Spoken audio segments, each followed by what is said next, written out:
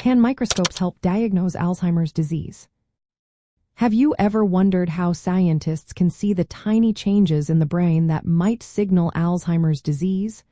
Microscopes, especially advanced optical ones, play a role in this process. But how exactly do they help?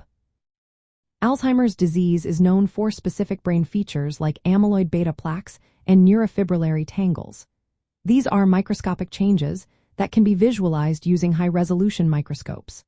For instance, optical coherence microscopy uses visible light to image brain tissue samples outside the body. This technique can reveal amyloid plaques that range in size from 10 to 70 micrometers. It also shows other brain structures like cells and blood vessels. However, there is a catch. These microscopic examinations usually requiring brain tissue samples, which are often obtained after death. This limits their use for diagnosing living patients. In real-time scenarios, doctors relying more on neuroimaging techniques like magnetic resonance imaging and positron emission tomography scans. These methods can detect brain shrinkage or chemical changes related to Alzheimer's without needing to look at brain tissue under a microscope. Interestingly, some new experimental methods combine microscopy with molecular detection. For example, scientists are developing fluorescent nanoparticles that can target specific Alzheimer's biomarkers, such as certain microRNAs or amyloid-beta peptides. These nanoparticles can detect disease markers in blood samples. When observed under specialized microscopes, they emit fluorescent signals.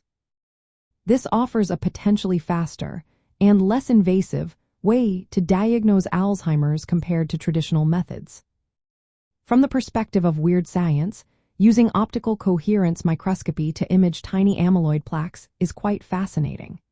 Instead of just looking at cells, these microscopes capture detailed three-dimensional images of features linked to dementia.